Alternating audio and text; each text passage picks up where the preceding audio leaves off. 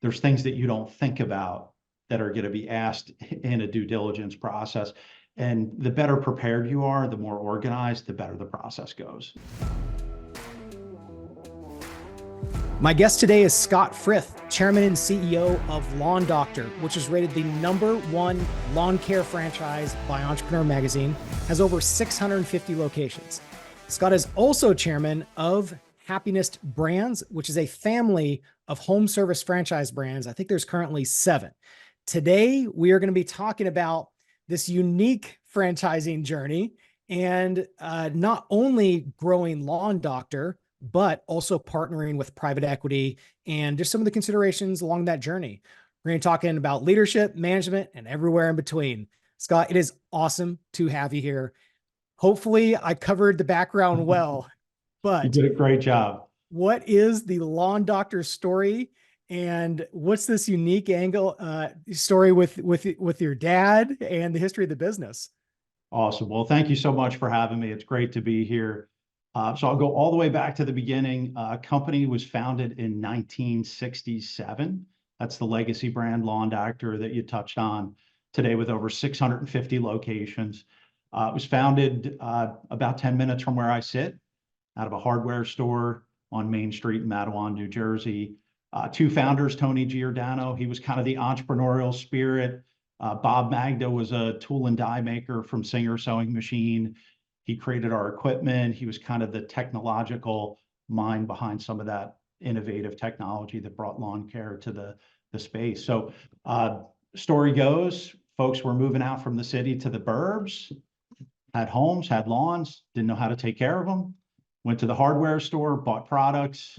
Products didn't work as well as they'd like, started asking questions of the proprietor, Tony, and he decided, let's start a business to do it for folks. So that was the genesis, again, back in 1967. Partnered with Bob, built a piece of equipment, started franchising from the start, and built it up to be the most successful lawn care franchise in the world. My father, go ahead, I'm sorry. Yeah, no, I want to hear about the transitions, because I think it was 1983, your dad took over the business. He took over the business in 83. He joined the company in 1978. So pretty cool story. My father was from, very much like the initial customers, my dad was from Philadelphia, as he started having a family, he and my mom wanted to move out to the burbs, had a house. Being a city guy, had no idea how to take care of the lawn. He hires Lawn Doctor from a door hanger that they hung on the door one day. He becomes really good friends with the franchisee who serviced our lawn. At the time, he was working for another franchise organization, Cotman Transmissions. They were going through a little bit of a management shakeup, and that individual introduced my father to Tony Giordano, who was looking for someone to sell franchises. And when I was 6 years old, my father came home, tore apart our laundry room, got a desk from a local college they were giving away for free, and started selling franchises out of a home office. So that was the start. Had some exposure back then as a kid. It was simply the doors closed, business is being done, and just kind of learned things as I grew up in the business over the years. So that was, my father joined in 78. He was with the company for about 35 years. Tony actually hired him to be his successor. And unfortunately, when Tony, did pass away, my father stepped into the role as CEO and a majority shareholder in the company. So when did you kind of officially, maybe legally join the business? That's a great question. There's probably 2 pieces to that. So, and then, so when I was, lead us up to that story to 2011 when, private equity came to the business. But I'd love to kind of hear about, when did you come in? How did it grow? And kind of leading us up to that next chapter. Sure. So when I was 13 years old, so not sure if it was the legal part, I started working in our manufacturing plant, just making a little extra money. Candidly, I was a janitor. I worked in the parts department. I unloaded trucks, started to build equipment, work on machines, and really loved it. It was a great experience. And so started there, graduated from college. I got a call one day unexpectedly from the marketing director. And he said, look, I heard you're an English major, business and philosophy minor. I need an entry-level marketing assistant to write some manuals, help us create some marketing materials. Would you be interested? And I remember the conversation, those moments that you can go back to and they're sort of burned in your brain. I didn't even let him finish. And I was like, I'll take it, paying job right out of school. He was a really nice guy. I learned a lot from him. He's a very creative person. He's a prolific author now. That was his dream, is to become an author. And he recruited me into the company, and I decided what started as a job would be a career. I absolutely loved it. I love franchising. As I learned more about the business model, I just wanted to be a part of the company long term. So this kind of makes me think about a discussion I was having with one of our 51 Vets members, which 51 Vets is a nonprofit that helps transitioning veterans from the special operations and aviation communities get into finance, consulting, even entrepreneurship. One of them asked me today, should we do a franchise or should we just start the business? And I think it has something to do with childhood education. So I'm kind of curious, because you've probably encountered that discussion a lot.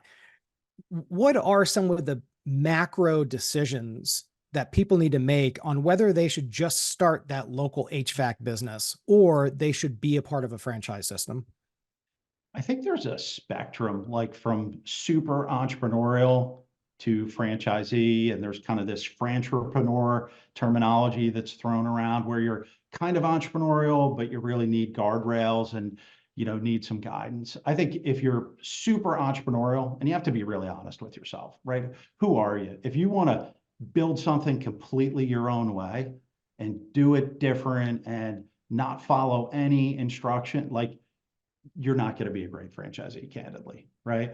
But if you're really driven, you want to build something, kind of create an opportunity for your family, but you want to do it in a way where others have gone before you, kind of risk mitigation, there's systems in place, and you can likely scale much faster, then franchising makes sense. And of course, you're going to take a piece of the revenue and you're going to, pay for that knowledge and acceleration, risk mitigation, proven systems through the royalty stream. How do people determine what's a good franchise system and what is not? Yeah. What are the big questions that they need to be asking themselves, whether it's home services in your vertical or consumer? Like, what are the meta questions that they need to be asking themselves to assess, is this a good franchise opportunity or not? That's a really good question. There's a lot of elements. First, I think it starts with, are you really ready to get into business, right? At the highest level. Like, it's really hard to eject from corporate America, right? And now be building your own thing. So you kind of start at the highest level, like, am I ready? Is this the right time? Do I have the right skill sets?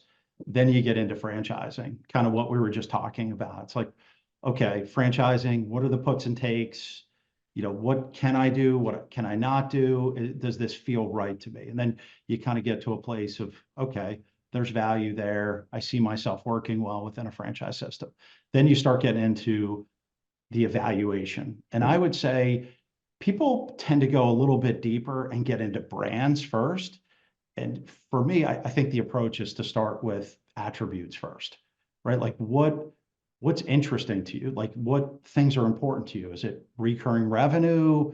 Is it scalability? Is it simplicity of the model? Is it a small team of people that you want to manage because of maybe certain skill sets that you have or want to develop? Kind of what are the things that you want to kind of look at a high level? And then you can kind of, once you go through what I call the whiteboard exercise of kind of going through that list, here's some things that are kind of attractive to me, then you can start to look at brands. And you might decide to use a consultant in that process. You might decide to go online and start to look at some of those different brands that might fit those attributes. And then you go through a discovery process and you start checking the boxes. If you had to make an educated guess about the volume of consumer versus like home services franchise, and I don't even know if that's the correct dichotomy, what's the approximate percentage of maybe either brands and or units? How do you think about that difference between the consumer franchise universe versus like the home services or Yeah. So, industrial franchise? I don't even know how to so divide it. yeah, so I don't, there's lots of different categories. Like there, you could look at restaurant is sort of restaurant, and that's like a big sort of space, right? And then you look at bricks and mortar as like a subset that crosses over. Then you have service franchises, and they could be commercial or residential. Obviously, we focus primarily on residential with some crossover to commercial. So I know that space well. It's over 600 billion, growing pretty sustainably year over year. Uh, it's the future, right? And you would expect me to say that because I've spent most of my life in home service, but you just see the macro demographic trends driving that. You've got baby boomers, they're aging in place, they're living longer, they want to stay in their homes. They're not going to do things around the home, and they have the discretionary income to provide for that. And you've got millennials who are now starting families, buying that first home, I don't even know how to fix my toilet. This lawn is dead to the right of me on what I'm looking at right now. Yeah, Like, I don't even know how to that change is, the door lock. We paid $2,000 for somebody to come fix our water line. you are the future of home service. Like that is exactly what's happening. I value time with my family, with, different experiences, and I'm just not going to do these things. I'm willing to buy these things so I can, enjoy my time doing other things. And so you Do you see think these it's a demographics. relatively unsaturated space compared to Oh, restaurants, et cetera, the home for services? sure. And it sounds like it's also more resilient going into who knows when a softer economy is going to come. The home services sound like it's a little bit more resilient. For sure. I mean, there's no doubt it's more resilient. We've seen it through, I've been through three economic downturns, and we're very consistent in moving through those periods where others are maybe hit a little bit more hard. And in terms of the space, home service is super fragmented. You still have lots of mom and pops that you see in local communities. And so there's this huge opportunity for share shift from a franchisor perspective where I say consumers want Uber, DoorDash, Amazon. They want everything now. And that mom and pop driving through that local community, whatever the particular service might be, they can't deliver it, right? A franchise organization can. So there's macro growth trends, right? There's share shift going on, and there's an opportunity to meet the customer where they are in a franchise model in a way that would be very challenging for an independent to do. Similar to along this thread of evaluating brands and or companies, one of our 51 Vets members asked, like, how do I get someone to review my franchise agreement? Is this good or bad? I don't even know if I have never done this before. What are some just publicly available resources that people can go to evaluate, or just to know what questions to ask themselves in evaluating not just a company, but also the agreements? Yeah, so I think you go through a process. You have to build trust with the franchisor first. I think that's really important, right? And you're going to get a feel as to whether or not it's the right fit or not. So you want to go to the point in the process where they're going to give you the franchise disclosure document. Now you take that to an attorney. And Okay. any good franchisor is going to tell you, like, we're not going to negotiate our franchise agreement. To me, that's a huge red flag. If any franchisor comes back to you and says, you know what, yeah, let's redline this, let's make some changes. We're Because going that means they haven't been through enough of these exactly. discussions to know, like, okay. Exactly. From a franchisor perspective, you know what your value is. You're confident in your value. Your documents have been cultivated over time based on collective experiences, and you're not going to change those things. So I think the discovery process is more about a good franchisor will take time to explain each aspect of the FDD and why it is what it is. And you should be able to go to a professional then with that FDD and that information and say, does this make sense? Let me understand what this says. What are my risk factors? Those sorts of things. So let's go back to the growth story, and leading up to 2010, 2011, where was the business? How many locations? How many employees? Or what kind of metrics do you think about leading up to partnering with Levine Lichtman, and kind of walk us through your thought process about, you know, going down that journey to explore outside partnerships and capital? I think it was really driven not by any specific metric per se. You know, my father had been in the business at that point. He was a CEO. He was a major shareholder. He had been in the business for 35 years at that point. And I remember him sitting down with me and saying, Scott, I think it's time. You know, I've accomplished everything I wanted to accomplish.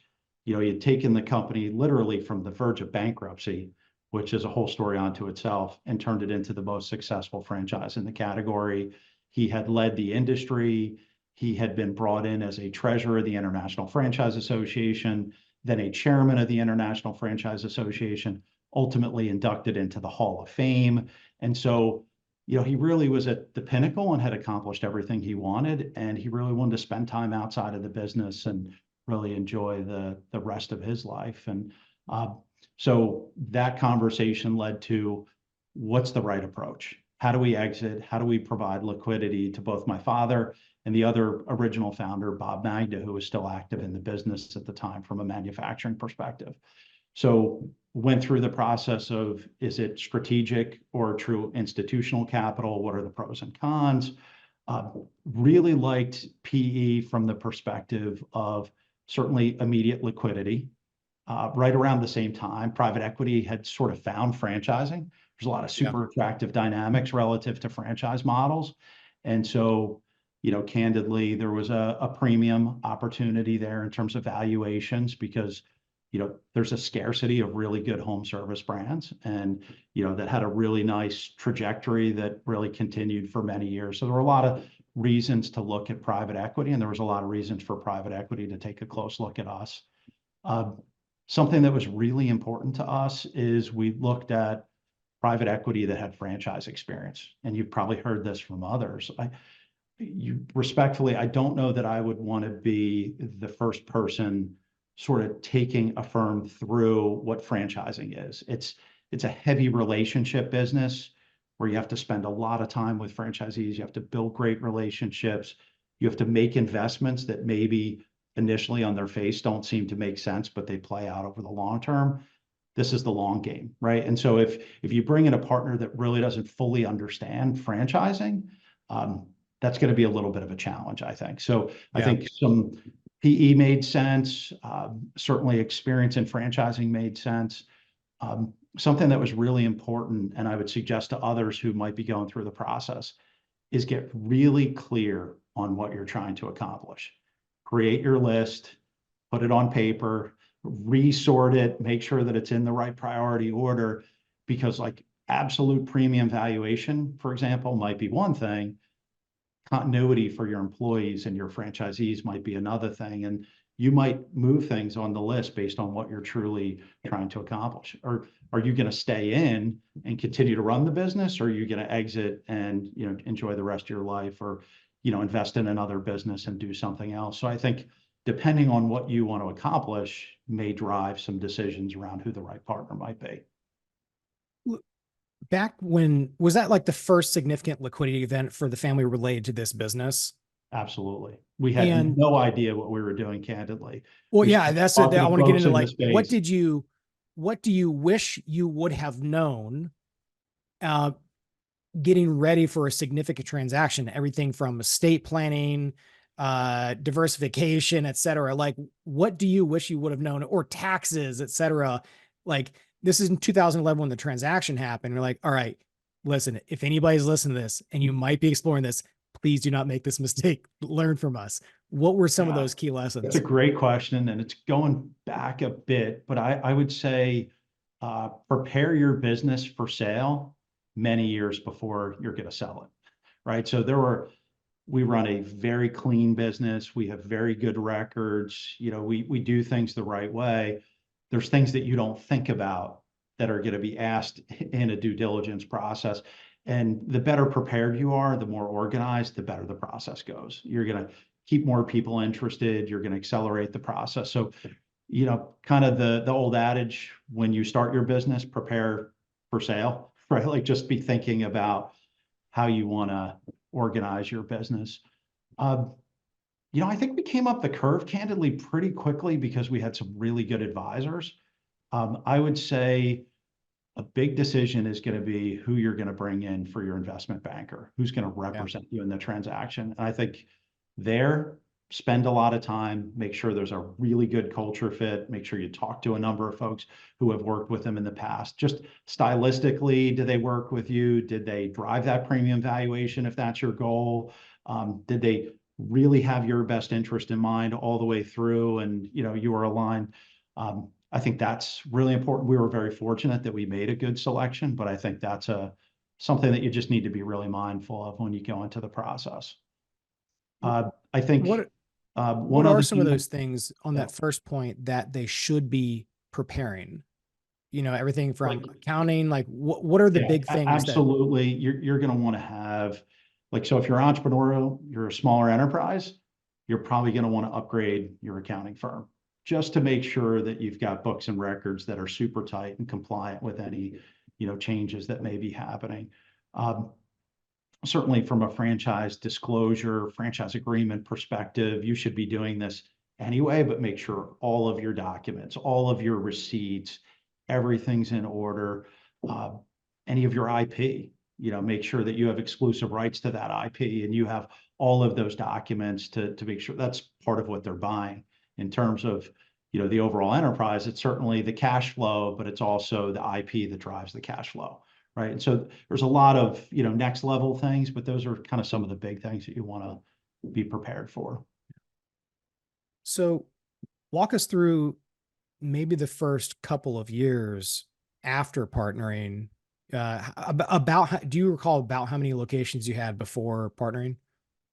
I think we're in the 400 range, something like that. We grew Lawn Doctor to over 650 across the platform. Now we have about 900.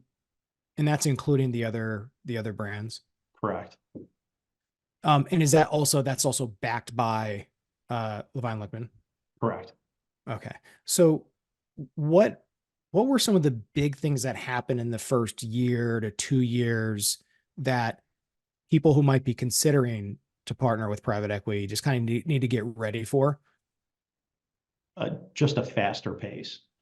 So that's the first thing I would say. We're really fortunate because we're really careful with who we partnered with. We were very selective, frankly, and we were fortunate to be able to be selective because we had a lot of interest. But I think, one thing I would back up and say is what you represent the business to be has to be what it is, right? One, people are very smart. Two, it's the right thing to do.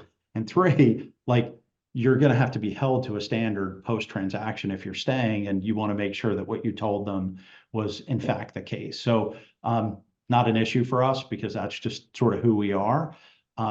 But so all the challenges that we put forth, these are some things we'd like to get better at. Those were the things that we then built a strategy around. They knew what we were trying to accomplish and we aligned very quickly. So, be clear about who you are, be clear about what you want to accomplish, make sure that they're absolutely aligned on that strategy so things don't change after the fact. Get ready for that pace to pick up. We were very familial and we were able to keep that family vibe, that very entrepreneurial, very relationship-driven vibe, and also professionalize the business, which the business was at an inflection point and it really needed. Right? My father would be the first one to say, I've been doing it for 35 years. I'm not going to go all in on all these things that need to be built. So now accelerating through, all of the different technologies. We upgraded our tech stack. We improved our reporting systems. We brought in some key people and we also promoted talent from within, which was a really good mix of new perspectives and, talent and institutional knowledge and, culture inside the organization. And be prepared to execute, make sure that you're hitting your targets. And if you do all those things, you're going to have a great relationship. So did you become CEO in 2011? I did. So I'll digress a moment to tell the story. We closed in New York City in a skyscraper with a huge conference room, looking out over the city, almost like something from a movie, right? We closed. My father jumped on one plane. I got on another plane. We went to his house in Florida, uh, celebrated the closing. It was right at the holidays, celebrated Christmas, came back, and I walked in his office where I sit now, and it was day one back on the job. And I had sat on that side of the desk, consulting him, helping, getting advice, those sorts of things. When you slide around to this side of the desk and sit in this seat, it is different, right? And even though we had prepared a transition for many years, it is different to be responsible for employees' lives, for franchisees' future, so something that I take very seriously to this day. And I think that was a pretty incredible process to go through and then get to sit in this seat and take a legacy brand that had been built over decades with franchisees who have literally, many are 30, 40 years with the brand, second generation operators, and kind of take that into the future with a new strategy, a new set of tools, a new team, certainly people on the team who had come along, in that process. Pretty special moment. And What's it been like? That, of course, running the company and then starting to think about the future of the platform and those sorts of things. Yeah, I mean, it's pretty incredible that you partnered with them in 2011. Now it's 2024, and you're still running the business. So a lot's been going right. What are some of the management decisions or leadership values and styles that you've maybe intentionally done throughout the way that have helped to be the levers of that success? And also maybe what are some of the missteps along the way that happened, but you learned from it and you're much better now? Yeah, there's so many great pieces to that. The first thing I would say is culture, right? Be very intentional about your culture and preserve it at all. Just no matter what, your culture is key, right? And so as you transition and there's different periods, be very clear about who you want to be and what your core values are. And that's kind of the North Star. And then that attracts like the right leadership team. And then the right leadership team then hires the right people at the next level. And then you want to make sure you're bringing in the right franchisees with the right expectations and be very clear about what the model is and what they can expect. And I think the lesson that I learned, and some of the things that we want to focus on are really culture first. The value of the team and the importance of surrounding yourself with the right players on the team is really critical. There's a Navy SEAL expression. It's slow is smooth, smooth is fast. That was a really hard lesson for me to learn. Really hard. My core is innovation. I want everything to be better all the time, every day. I want us to achieve and then exceed everything that we put out there as a goal. And what I realized is sometimes less is more, like doing fewer things really, really well and having focused innovation. So you have to be careful. You have so many franchisees, you have so many different stakeholders now. If you try to do everything with all the right intentions, you can't do it all well, right? So you have to really pick and choose the things you're going to do, lean into that, execute really well, and that's where value is created. That is a painful thing to hear. I sense we have some similarities in that respect. It is a painful thing to hear, and it's a matter of painful lesson to learn. And it hopefully will, and it's also probably an expensive lesson to learn. But we even think through that on this strategic decision of where do we go with our marketing services? So for example, there is a huge gap in the private equity market of marketing services. I'll go to one firm for video, one firm for websites, another firm for PR. So we're like, okay, the market needs the one-stop shop. Well, what's the fastest way to get to our revenue goal? No, it's to sell $25,000 brand videos, because guess what? Less than 10% of the 3,000 or 4,000 private equity firms have any video. That's not even if it's good video. You know how I can meet my revenue goal? Just do one thing. But how do I do that trade-off of like, it might be slower to become excellent at these other services, but the actual market need is the one-stop shop? Or do we just do video and just be really good at one product to one customer? I don't know. Right now, we're going down the one-stop shop. We are doing the websites. We are doing the branding. We are doing the email marketing. We're truly executing it. But I always have those moments where Jing and I are talking like, what if we just did video?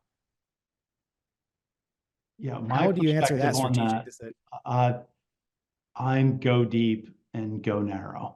That's my particular bent, particularly around marketing. It's part of our strategy is to have the absolute best people doing the very best work in a particular area, as opposed to, hey, it's more efficient to go to a particular company that does a lot of different things, but it's really hard to be good at everything, particularly in a really fast moving marketing space where you've got, PPC and SEO and conversion rate optimization, and you've got video, and you've got new platforms all the time, and you've got programmatic display, and you've got, TV that's now, very narrow, in terms of who you're targeting. There's so many things that you have to be good at. I think it's just, from my perspective, hard to do everything well. But absolutely Well, seen a and number where, of firms execute really well. And, that's great because you capture, broader market share.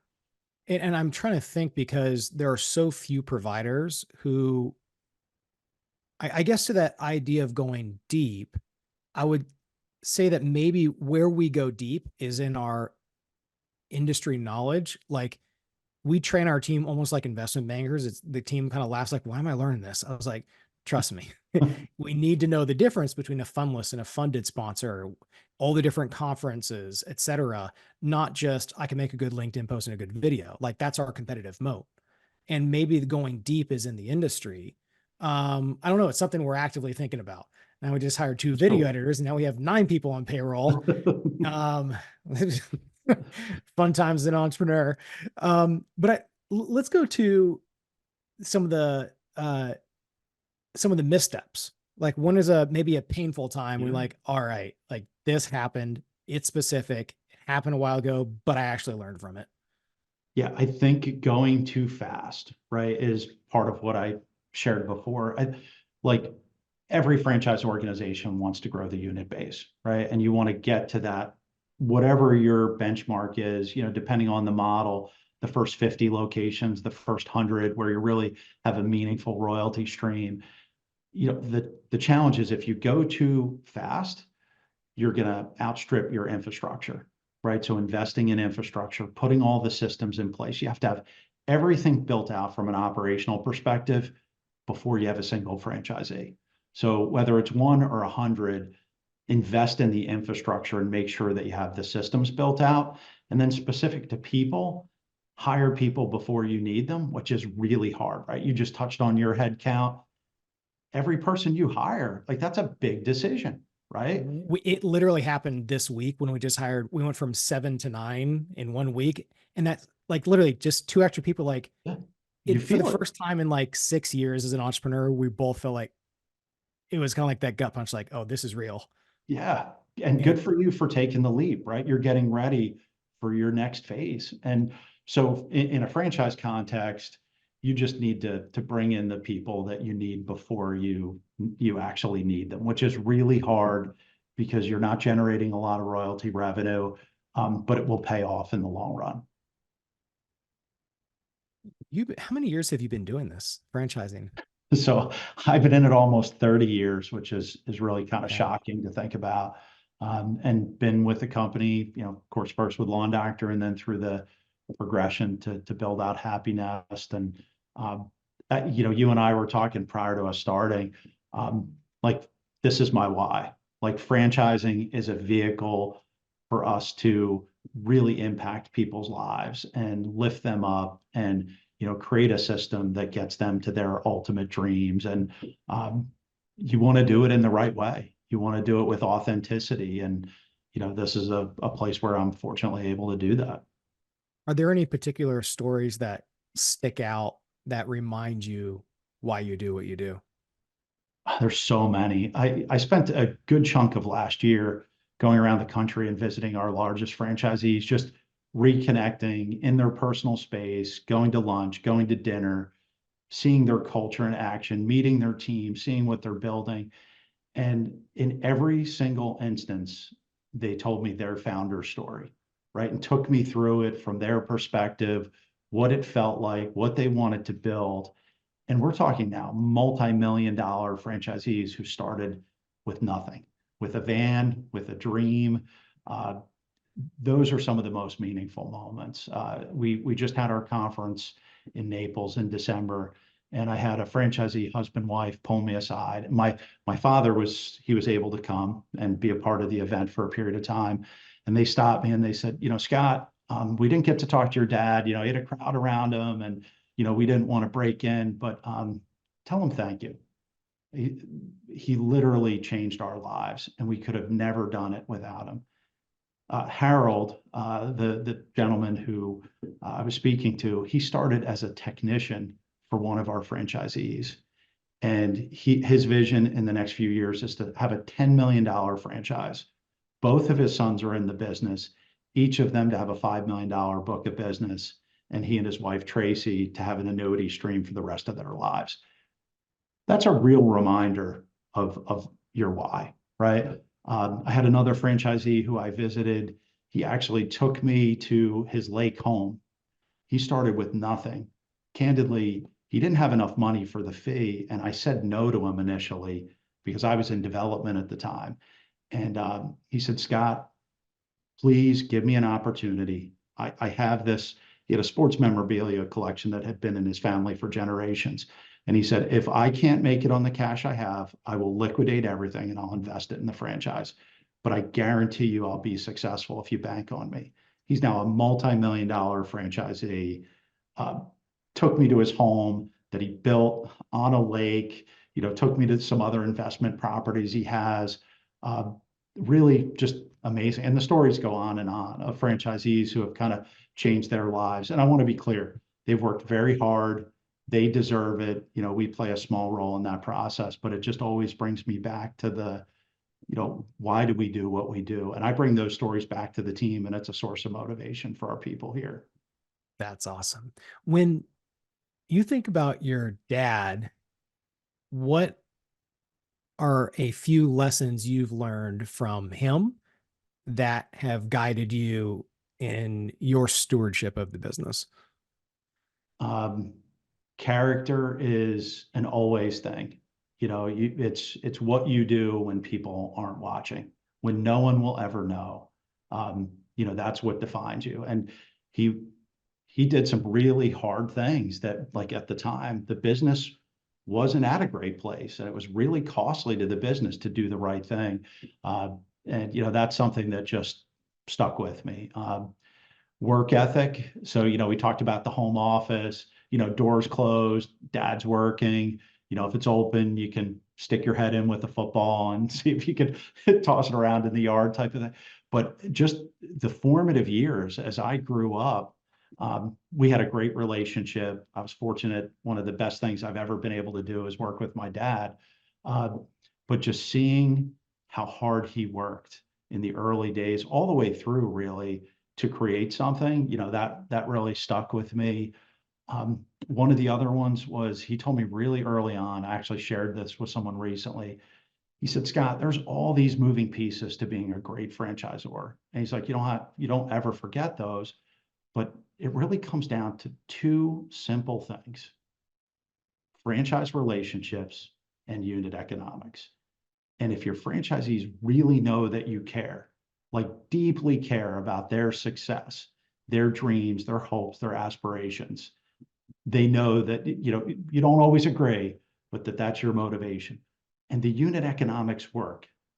In the beginning, like, this is hard, right, to scale up as a franchisee, but you're ultimately going to have a successful enterprise because, look, you're not around for 56 years and hundreds of franchise locations and franchisees who've been with you for 30, 40 years, second generation operators. If it doesn't work, the unit economics have to work. And you can never forget that a franchisee invested in something with an expectation of income and enterprise value when they exit or pass it on to their family. And so that's just been a guiding principle for me, is to just treat franchisees, treat everyone in life really well.